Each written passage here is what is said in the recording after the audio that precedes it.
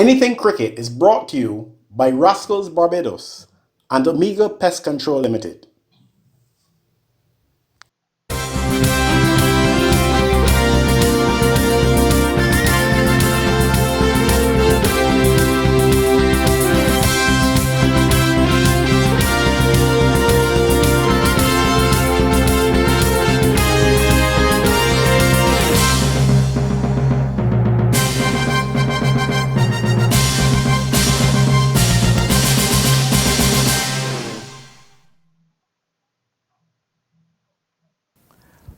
Welcome to Anything Cricket, Let's Talk. We're broadcasting from the studios of the Caribbean Media Corporation, Bridgetown, Barbados. In this show, we're going to be looking at the Ashes and also the Barbados Cricket Association's Super Cup. We'll also find out what's wrong with one of us. So, when we come back, Anything Cricket, Let's Talk. Rascals Barbados. Let us serve you in a relaxed atmosphere with complimentary Wi-Fi or try a takeout meal. Rascals on the Mighty Griner Highway. Call 538-9990. Don't let annoying pests bug you. Lick them for 6. Omega Pest Control is the perfect solution. We are experts in termite and pest eradication, specialized mosquito treatments, foundation, residential, commercial, and industrial treatments. Call us day or night or visit us at our office located at Fieldside Drive, Long Gap, St. Michael. Omega Pest Control. Call 425-5954, 231-6526 or email us at opcl@caribsurf.com.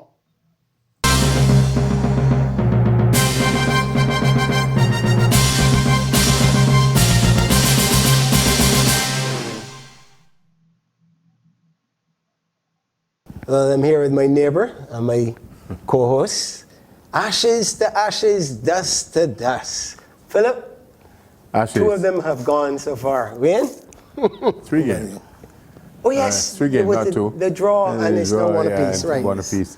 Arithmetic was never my strong point. I let the counting of the runs stay with you. Stoke the fire. Stoke the fire. Oh. Yeah. Or fire of Stokes. Fire, so. And the longbows and the archers and the various other things that brought it in. Let's look at I it. think the Ashes always draws the imagination because it's the original contest under which cricket really got going.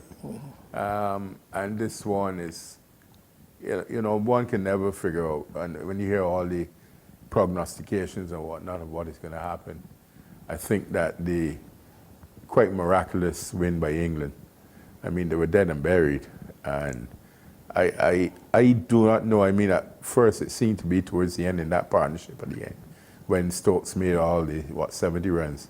I mean, I think the first 30 or 40 he was just trying to hit the ball out the ground, and then he realized that this is possible now. Yeah, it came down to do or die. Do or die. He would have reached that situation where with the last man in, he knew, well, it was just a matter of time. The quicker I get to this target, the better. The longer Jack Lee stays out here, the more likely the possibility that he will be dismissed. And it was a classic 4th day test match pitch. Good for both batting and bowling, but a slight edge because you had 540 to make the total, or if you wanted to take your cool time, 1080 in terms of the amount of time and balls. Actually, the interesting that you mentioned the pitch, because I was of the opinion when Australia resumed their second innings on the 3rd day, I figured that they needed to push on to a target of at least 400 runs because the pitch was playing very well. Yeah. Now, you would want to know why a pitch plays so well and a team got bowled out for 67. But if you remember, on that day that England were bowled out for 67, the conditions overhead were ideal for the Australian pace attack. The ball was swinging, it was overcast, and everything was conducive. And the Australians have the attack to exploit those competitions. So that was not so much of a surprise, although maybe the English would have expected that they should have been able to put up a better show than that. But once overhead cleared, I thought that the pitch was a very good one, and Australia did not make enough runs in their second innings. And even that 359, I figured with the amount of time left, was vulnerable. Well, when we 2 years ago or 3 years ago, it was when we knocked off 320 up. There shows that Headley, you can score runs. I think that the series now is really down to the boiler. Not only the boiler, if I may interrupt you, the bowlers. It has been a bowler series so Yes. far. And and you know why I think it is a bowler series so far? You got two evenly matched poor batting sides. You say poor batting side, but Australia have the best bats when they come back. And we don't know if the English selectors are going to be brave and chuck out one or two fellas. Then All right. we had the change. Time, gentlemen, as the ranking umpire here, it's time for a water break.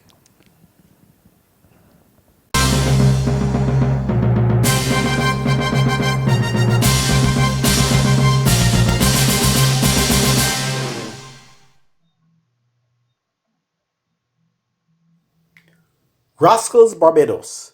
Let us serve you in a relaxed atmosphere with complimentary Wi-Fi or try a takeout meal. Rascals on the mighty Grinder Highway. Call 538-9990.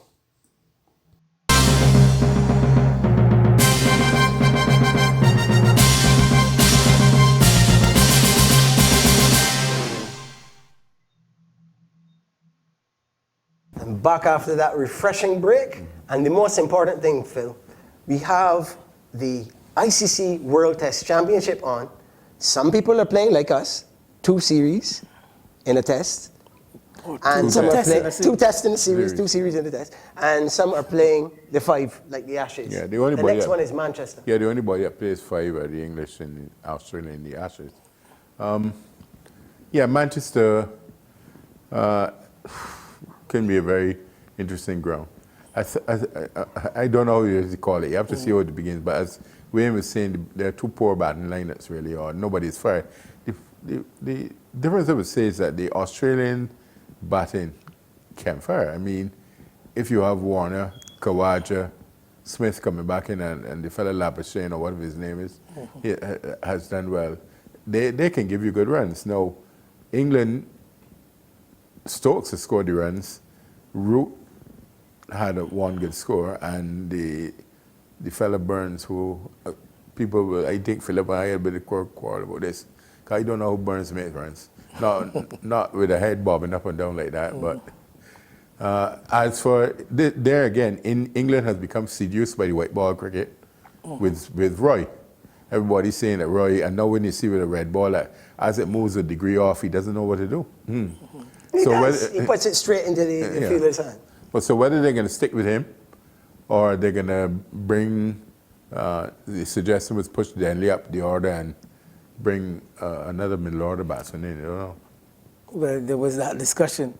Another aspect, though, that I think has made quite a significant difference to the series.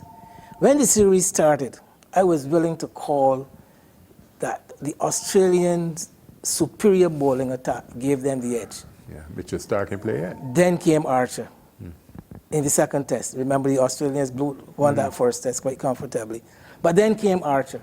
And I think that has put a spike in the English bowling attack and has actually evened the playing field, for lack of a better word, the playing field as far as the bowling is concerned. So I think it is going to come down to which of the 2 batting teams adapts better over these last 2 test matches. Philip, it would have been nice if he had been playing now in Nottingham, being an Archer, because that's where Robin Hood did most of his exploits in. But Archer, indeed, still flying the Barbados flag.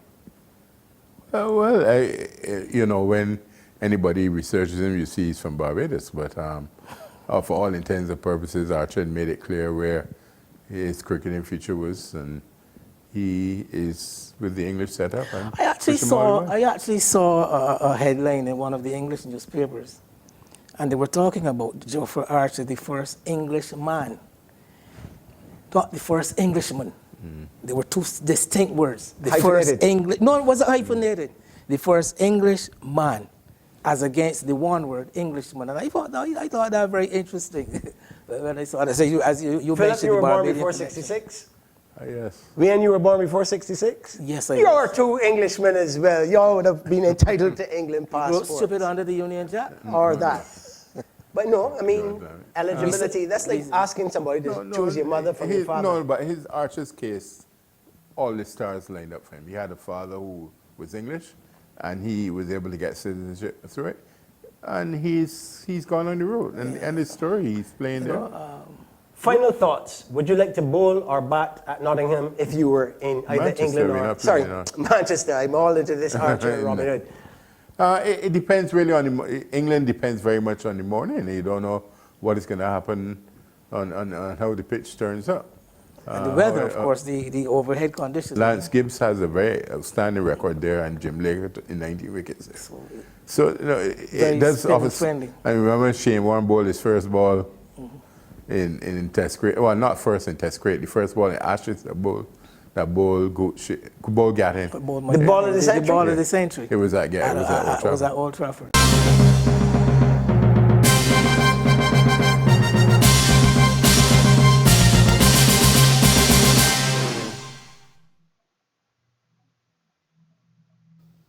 Don't let annoying pests bug you. Lick them for 6. Omega Pest Control is the perfect solution. We are experts in termite and pest eradication, specialized mosquito treatments, foundation, residential, commercial, and industrial treatments. Call us day or night, or visit us at our office located at Fieldside Drive, Long Gaps in Michael. Omega Pest Control. Call 425-5954, 231-6526, or email us at opcl@caribsurf.com.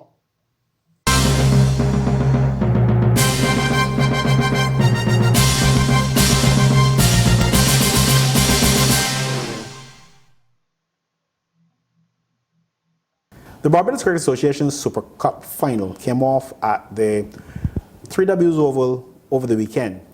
Remarkably, the UWI didn't participate in that. They were eliminated at the semi-final stage, and it was a showdown between Wildey and Wonders. We had a chat with some of the significant contributors after the contest. Congratulations, Rohan. You have taken up coaching at a fairly young age. So what does this really mean to you to capture this championship? It means a lot because we as a group have put in a lot of work, a lot of planning has gone into it, where we would have set up a group that they train 3 days a week, strength and conditioning with Janelle Chase Mears. They work on the mental side of the game. They will look at life lessons and stuff. And for me, it was a template to see how it helps them as players.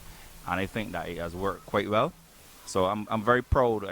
It means a lot. It means a lot. Were you surprised that the final was such a low-scoring affair? I'm not necessarily surprised. You know, quite often games at the university are low-scoring affairs, whether it be at this level or regional level. And yes, we did not play. We did not bat as well as we wanted. The performance was not as impressive as we normally would have put together. But I think that when it comes to a final, it's more about winning and being able to grind out a result. And I thought that different qualities came out of these young men today that I am very proud of. So you said that you do quite a bit of work. What are some of the more satisfying aspects of your coaching program? Of course, the win. But in terms of the small steps that you've taken, what other successes have you been able to see? Well, I think that the guys assess games a lot better now. And in difficult situations, they're learning to find a way of grinding out results or winning a session. So, like for instance, today we decided to break the game down into segments, 10 segments. So it would be 5 when we batting and 5 when we bowling, and we were trying to win the majority of them. And we were able to win all while we were bowling. We won the first one while we were batting, and you look at it, 6 out of 10, we were victorious. Were you a bit disappointed that more people could not be here? You've got other cricket being played, and I'm sure that would have taken away the crowds, generally speaking, even more so in terms of having your own support from your other teams.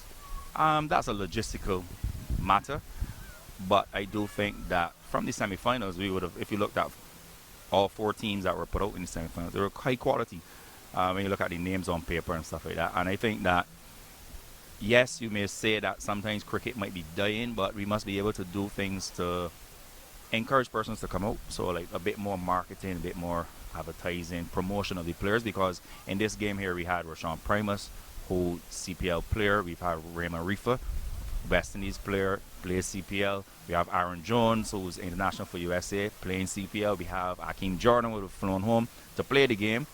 So you had high quality players with pedigree, and it was just a little unfortunate. But at the end of the day, if there are 5,000 people here, or if there are 80, it's all about the two teams in the middle.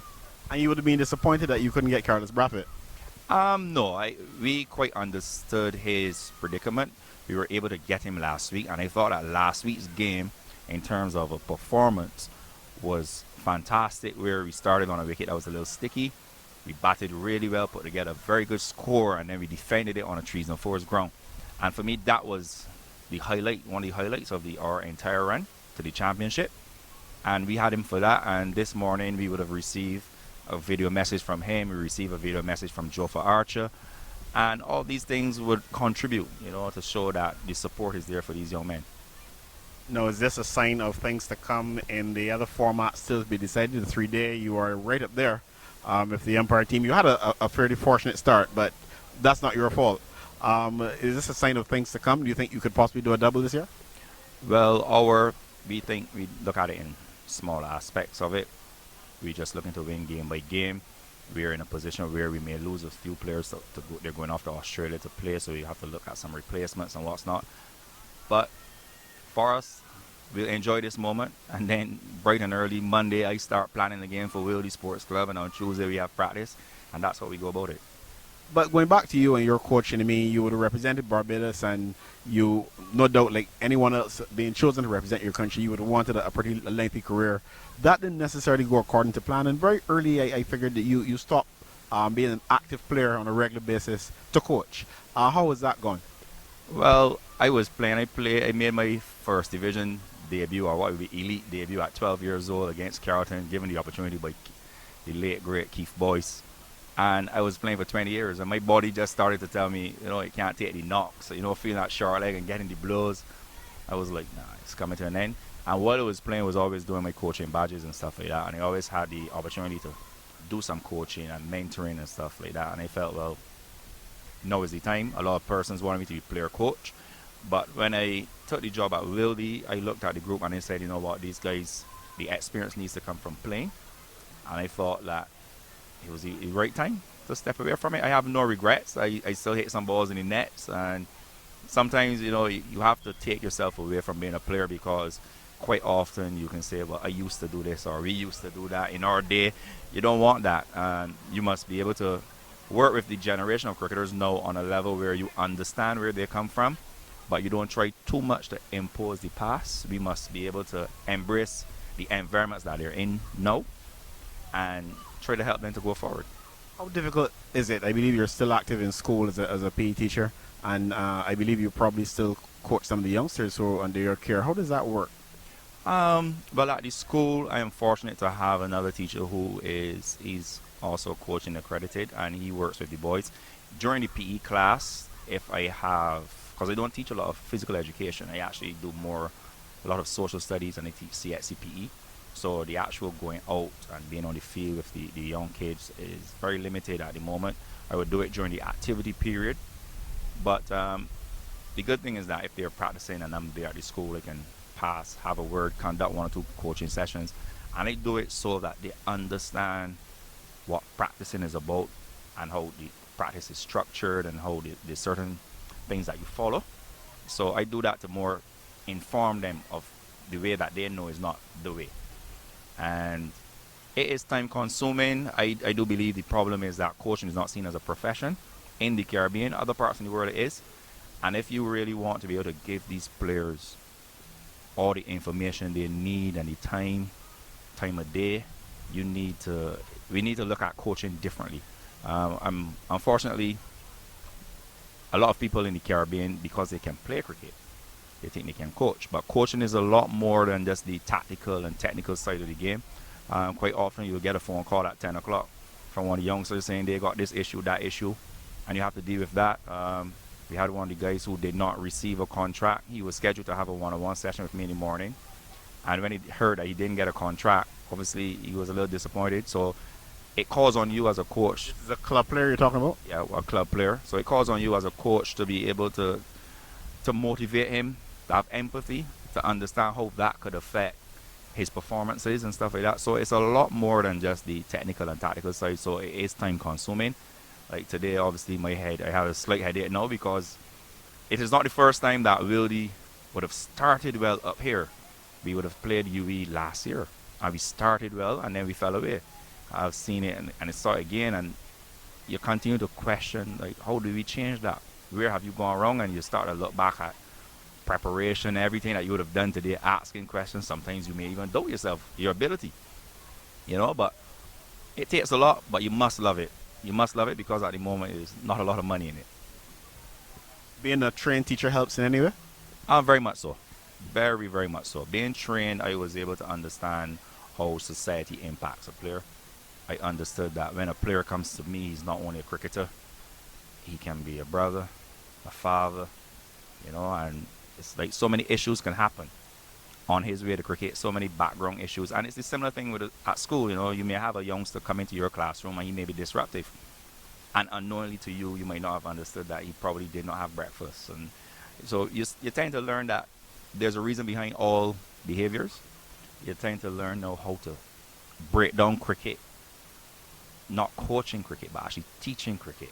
And all that would have stemmed from being in the teaching service for close to 13, going 14 years now, and being out of school that exposes me to a lot of the issues that are there in society.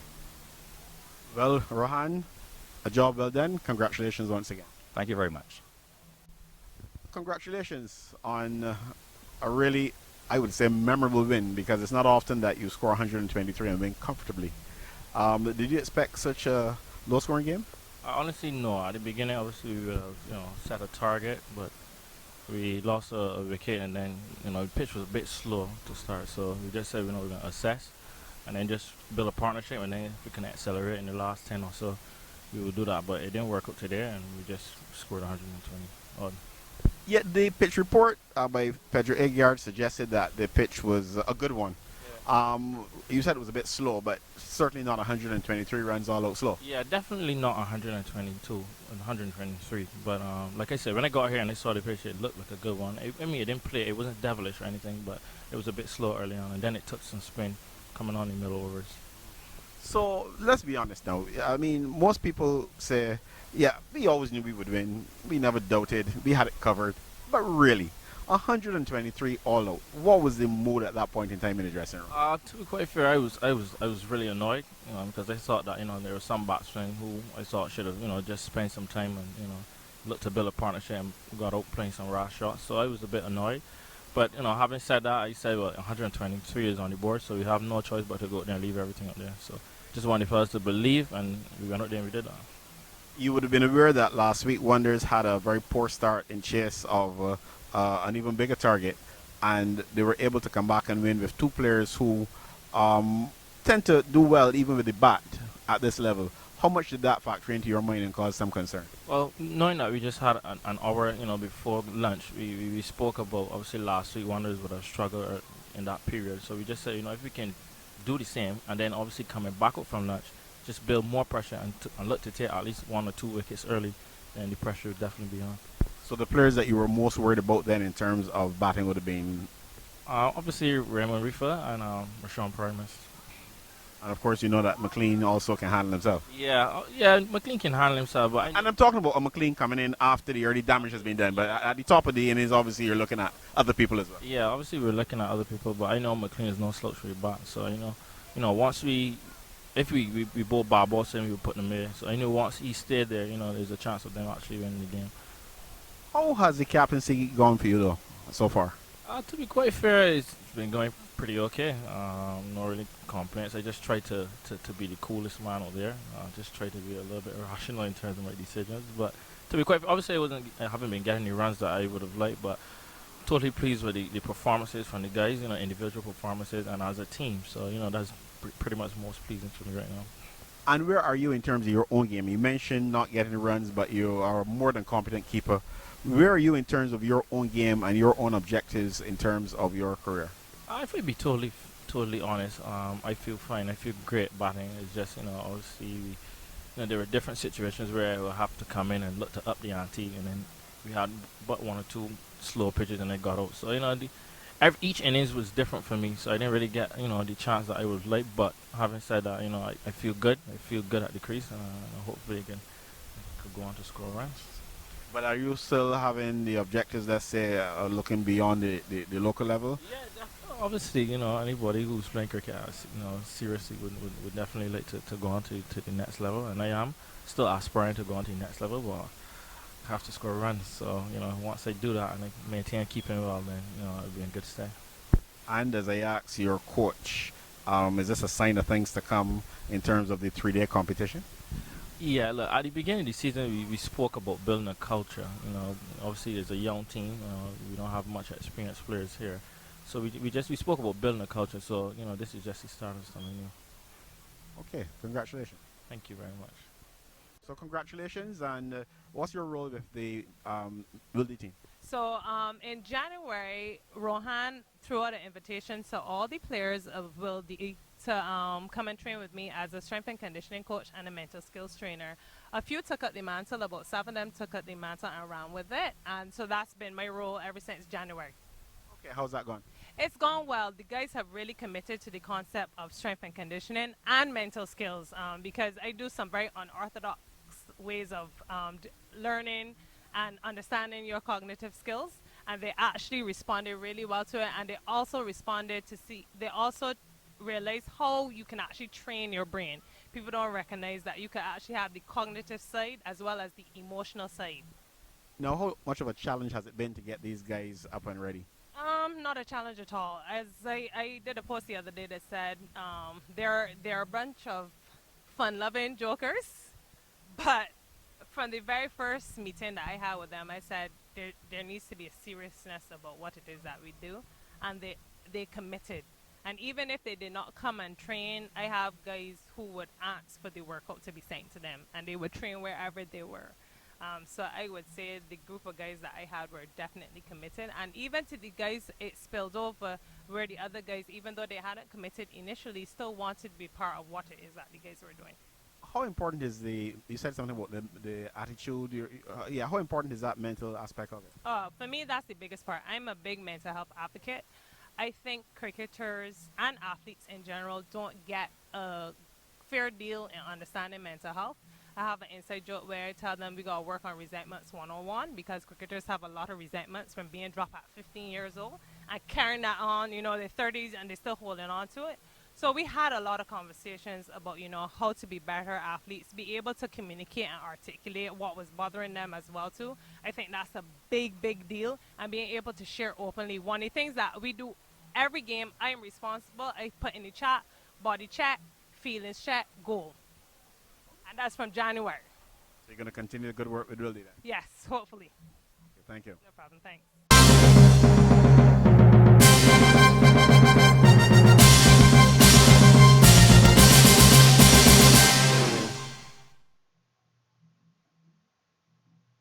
What's Wrong with Ayana is brought to you by the Calvary Institute. We offer programs for primary and secondary students as well as a wide variety of self-development courses and career-oriented programs. Call us now to register for the September term, 232-2109.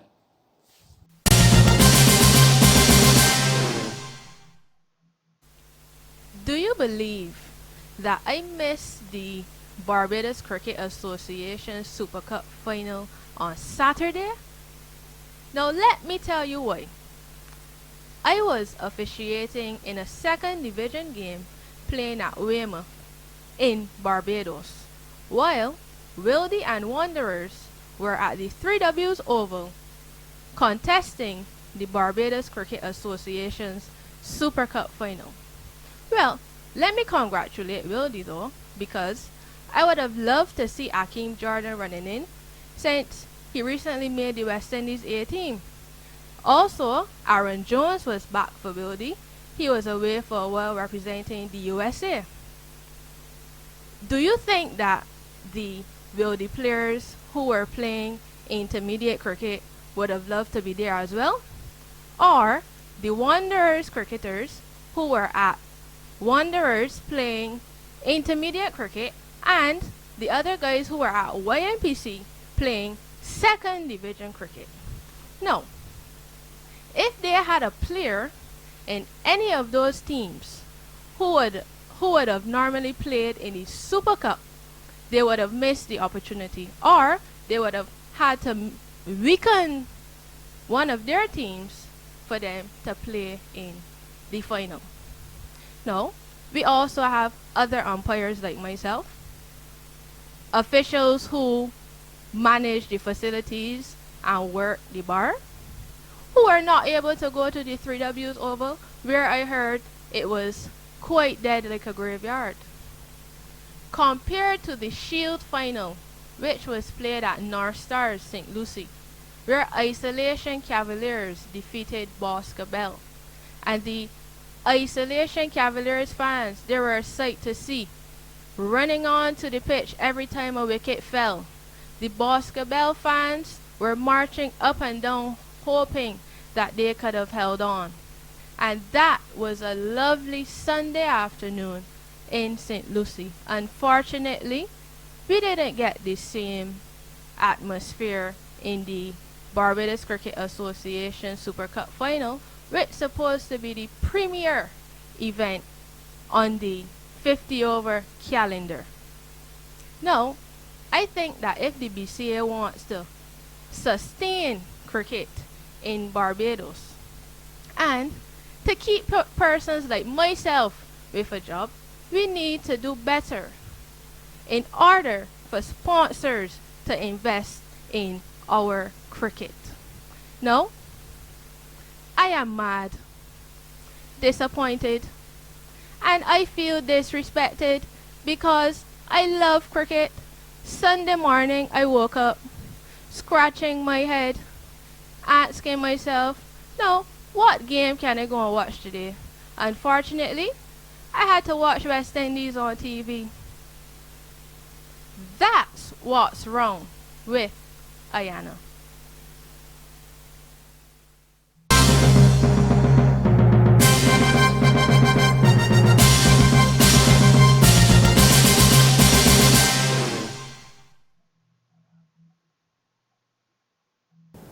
That's our show.